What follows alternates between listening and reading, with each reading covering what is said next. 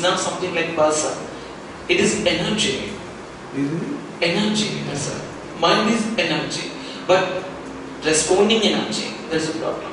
Reacting energy is there, responding energy is there, reflecting energy is there. These are the three kinds of energies. So responding energy is called intellectual mind. Responding energy is called intellectual mind. Means you are so philosophical. You want everything with proof. Without proof you can't trust, you can't go through it. You want certain kind of criteria for it. That is called intellectual mind. Second mind is there. There is a responding mind. Always you say, what is the responding mind? I say, now you are functioning through the intellect. Intellect always loves the respond. It never reacts. It has the greatest patience. Intellectual people always have the greatest patience. They never go very straight. You see, they are very slow people, but their words are like a sword. Very dangerous. So second, reacting mind is there. Reacting energy is there now. It reacts actually. That is called sub-intellectual mind. Sub-intellectual mind. That is called reacting mind. Reacting energy, you may call like that. Third is the reflecting mind and reflecting energy. It reflects something. It does nothing. Yes, it reflects. It shows as it is. It's a reflecting mind. That is belong to the ego. Ego people are very reflective. If you say why you did like that, immediately they question you. They don't answer you. Why do you ask like that? The reflective people they never answer. You may do questions, thousands of questions, even though they don't answer you. They simply question you back. Skeptical mind, we call that skeptical people. There is a reflective mind. Means what? Egoistic mind. Egoistic methodology to use the life. These are three terms. Another mind is there. Mirroring mind. We call that conscious mind. Now the journey will be started from here. Conscious mind, the spiritual ground. Conscious mind means the feeling, the emotion, the desire, the non-fulfilled mental method. This belongs to art. You may call heart. Because now some emotion is going on.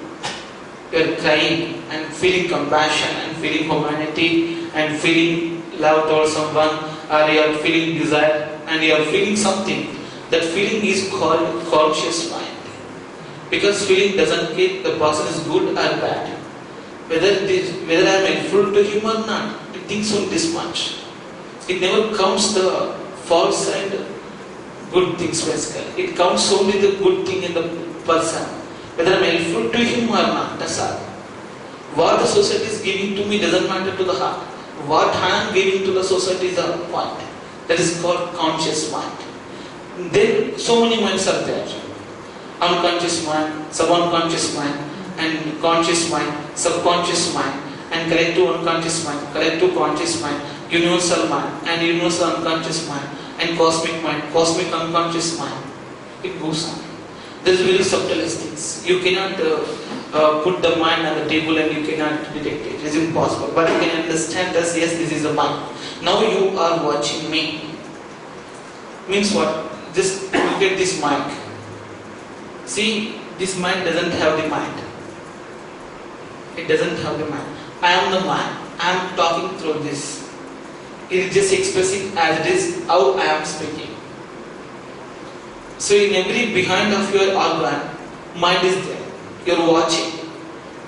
Eyes are just like a mind. You are just like a mind. You are watching through the eyes. You are talking through the tongue. You are hearing through the ears. You are taking breath through the nose. You means mind only. You don't know what soul is exactly. But you know what mind is. You are the mind.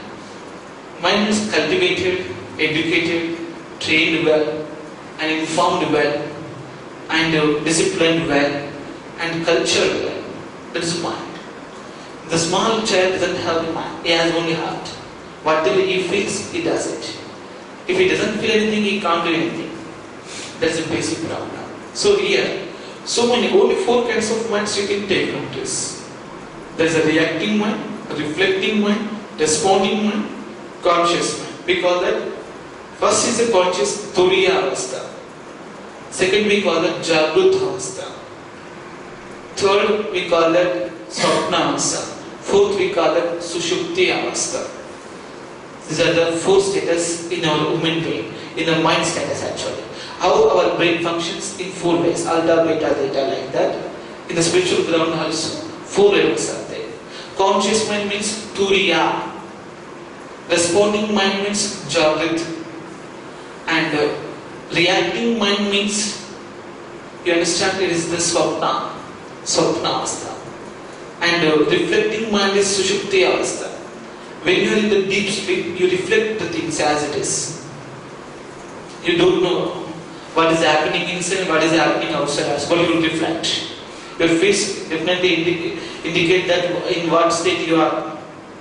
In good sleep or bad sleep, what is going on inside, you will say exactly, your face shows it as it is. That is called reflective mind. These are the four levels. Reflective status, again let me repeat it to you. It is most helpful to you guys. Deep sleep, I mean Sushupti, it is a reflective mind. First status it is. Second is there. There is a reacting mind. Third is there. Responding mind. Fourth is there. Conscious mind. That means mind is always alert. It is always there. Yeah. In the deep sleep also it is there. It is there. In the deep sleep it is there.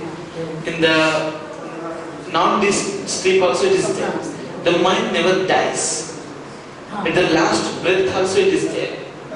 You left the body, you gone out of the body, even though mind is there still.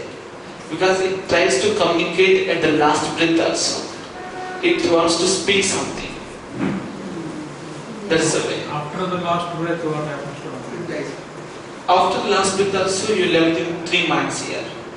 Oh. Three minds you left here. Are with the body?